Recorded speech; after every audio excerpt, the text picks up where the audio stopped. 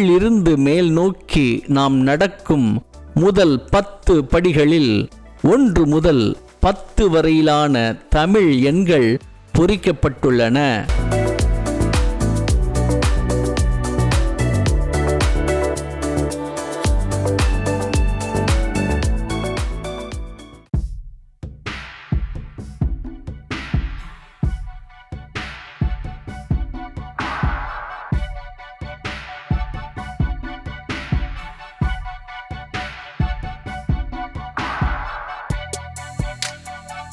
உடுக்கணம் எனப்படும் விண்மீன் அறிவியலை முற்றிலுமாக அறிந்த தமிழன் கடற்பயணத்தின் பொழுது திசையை அறிந்து கொள்ள பயன்படுத்திய அசையாத துருவ நட்சத்திர கூட்டம் எனும் வடவிண்மீன் உடுக்கணத்தின் வடிவத்தை மையமாக கொண்டுதான் இப்பெருங்கிணறு வடிவமைக்கப்பட்டுள்ளது.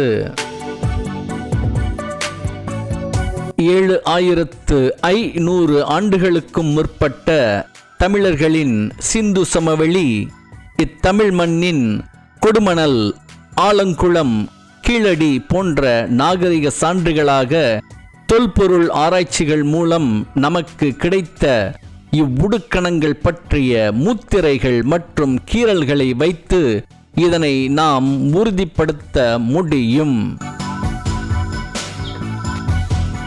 Tamil traveller TV YouTube channel viewers அனைவருக்கும் வணக்கம். நான் உங்கள் முத்து அழகன். இன்றைக்கு நாம திருச்சிராப்பள்ளி மாநகரத்தில் இருந்து 10 கல் பயண தூரத்தில் துறையூர் செல்லும் வழித்தடத்தில் மண்ணச்சநல்லூருக்கு அருகில் அமைந்துள்ளது வெள்ளரை எனும் சிற்றூர். வெண்ணிற பாறைகளால் ஆன மலை இருந்ததால் இவ்வூர் வெள்ளரை என்ற பெயர் பெற்றுள்ளது.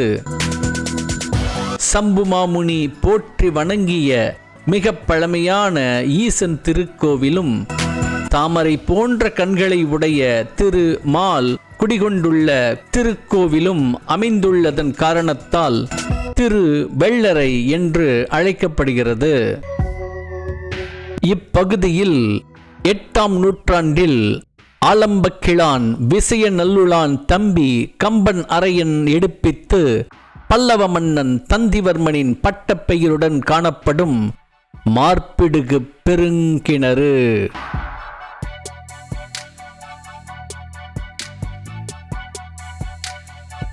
முதலாம் இராசராச சோழன் காலத்தில் பாச்சில் கூற்றம் ராசராச வளநாட்டு மார்பிடுகு பெருங்கிணறு என்று அழைக்கப்பட்டுள்ளது. தமிழர் கட்டிடக்கலைக்கு ஒரு பெரும் எடுத்துக்காட்டாக திகழும் 4 முனைக்கேணி. உள்ளே நுழைந்தவுடன் நம் கண்ணில் படும் 2010 வைக்கப்பட்டுள்ள கல்வெட்டு. அதில் பொறிக்கப்பட்டுள்ள இக்கிணற்றில் மனித வாழ்க்கையின் நிலையில்லாமையை உணர்த்தி அறச்செயல்களை செய்வீர் எனும் பொருள்பட பாடல் வடிவில் கல்வெட்டொன்று எழுதப்பட்டுள்ளது என்று குறிப்பிடுகின்றனர். மார்பிடுகு பெருங்கிணறு என்ற அழகிய தமிழ் பெயரை மறைத்து மார்பிடுகு கிணறு, ஸ்வஸ்திகா கிணறு என்று மாற்றப்பட்டுள்ளது எவ்வகையில் அறம் உள்ள செயல்?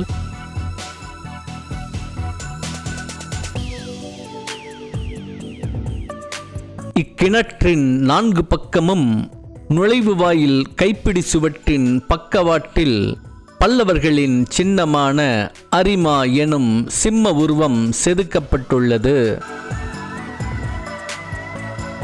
மேலும் 4 பக்கங்களில் இருந்தும் எளிதாக இறங்கிச் செல்லும் வகையில் படிக்கட்டுகள் காணப்படுகின்றன. ஒவ்வொரு பக்கமும் 51 படிகள் கொண்ட இறக்கத்துடன் வெண்ணிற கற்களால் இக்கிணறு வடிவமைக்கப்பட்டுள்ளது.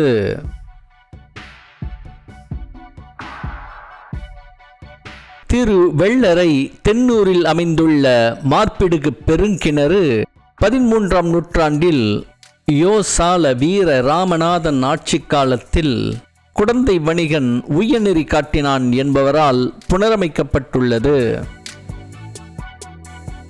இக்கிணற்றின் தனித்துவமான கட்டுமானம் 4 பக்கமும் குளிப்பவர்களுக்கு ஒரு தனிமையை உறுதி செய்கின்றது.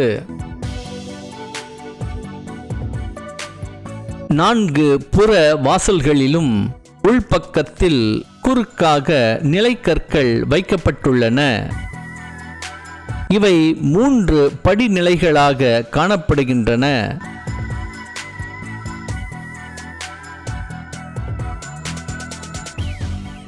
கிழக்கு பக்க வாசலின் முதல் நிலைப்படியில் மதி எனும் நிலவன், ஆதி அத்தன் எனும் கதிரவன் மற்றும் சிம்ம உருவங்கள் இரு பக்கமும் பொறிக்கப்பட்டு அலைமகள் மற்றும் புவிமகளுடன் திரு மாலின் அவதாரமாகச் சொல்லப்படும் நரசிம்மர் சிற்பம் அமைந்துள்ளது. 2ஆம் படிநிலையில் யானை மற்றும் குதிரை வாகனத்தோடு ஐயனாரப்பனும் இயற்கையை இறைவனாக வணங்கிய தமிழ்குடிகளின் தாய்வழி தெய்வமான தவ்வையின் சிற்பமும் உள்ளன.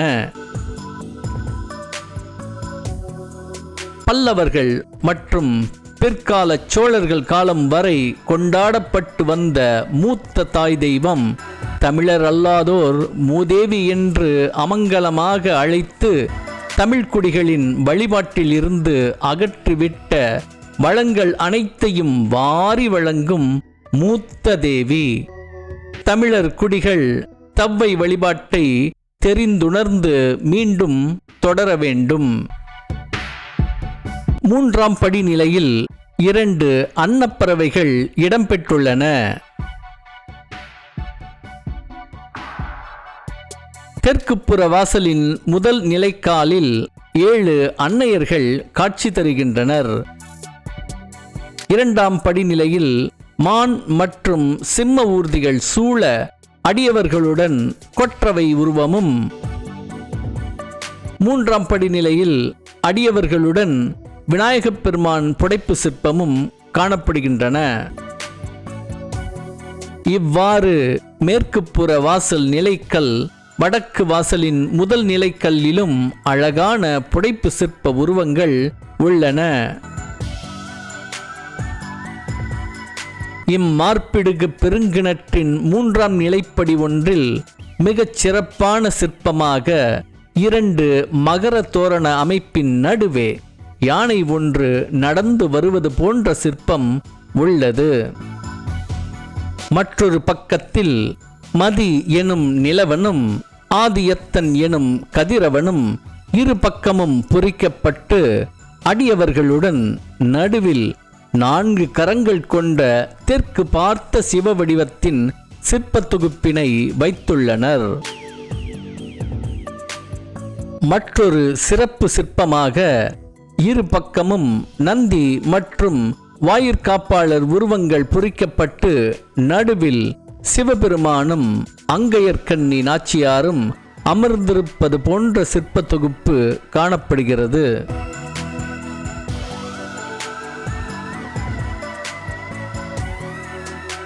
இம்மார்பிடுகு பெருங்கிணற்றில் மறைக்கப்பட்டுள்ள பலரும் அறிந்திடாத முக்கியமான வரலாற்று சிறப்பு ஒன்று உள்ளது. இக்காலத்து இளைஞர்கள் மற்றும் தொல்லியல் மாணவர்கள் கட்டாயம் தெரிந்து கொள்ள வேண்டிய செய்தி. கீழிருந்து மேல் நோக்கி நாம் நடக்கும் முதல் 10 படிகளில் 1 முதல் 10 வரையிலான தமிழ் எண்கள் பொறிக்கப்பட்டுள்ளன. தமிழ் எண்கள் பொறிக்கப்பட்டுள்ள கல்வெட்டுகள் மிகவும் அரிதானவை. இங்கு வந்து செல்லும் யூடியூபர்ஸ் எவரும் இதுவரை ஒளிப்பதிவு செய்து வழங்கியதில்லை. அவ்வகையில் தமிழர் தொல்லியல் நடுவம் வலையொலி மூலம் உங்கள் அனைவருக்கும் ஒளிப்பதிவு செய்து வழங்குவதில் பெருமிதம் அடைகின்றோம். தொல்லியல் பயிலும் இறுதி ஆண்டு மாணவர்கள் தங்களது ஆய்வுக் கட்டுரை அதாவது தீசிஸ் ஒப்படைக்க சரியான தொல்லியல் ஆய்வுக்களம் இம்மார்பிடுகு பெருங்கிணறு என்பதில் எந்த மாற்று கருத்தும் இல்லை. தமிழர்களின் முக்கியமான வரலாற்று சான்றாக திகழும் இந்த 4 முனை கேணியின் பெயரை ஸ்வஸ்திகா கிணறு என்பதில் இருந்து மீண்டும் மார்பிடுகு பெருங்கிணறு என்று பெயர் சூட்டி உலகறியச் செய்திட வேண்டும் என்பதே எனது அவா. அக்காலத்தில் பயன்பாட்டில் இருந்த ஒரு குளியல் தொட்டியும் இங்கு வருபவர்களின் பார்வைக்கு வைக்கப்பட்டுள்ளது.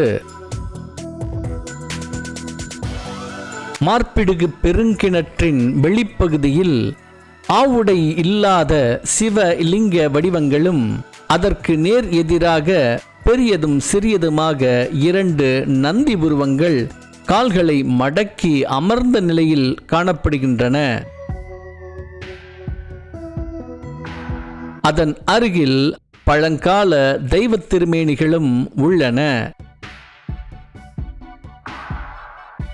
அவ்வளவுதாங்க.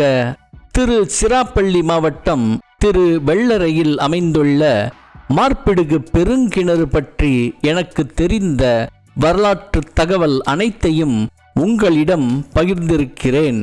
தமிழர் தொழில் நடுவும் யூடியூப் சேனலை கண்டிப்பா மறக்காம சப்ஸ்கிரைப் பண்ணிக்கோங்க. மீண்டும் சந்திப்போம். நன்றி, வணக்கம்.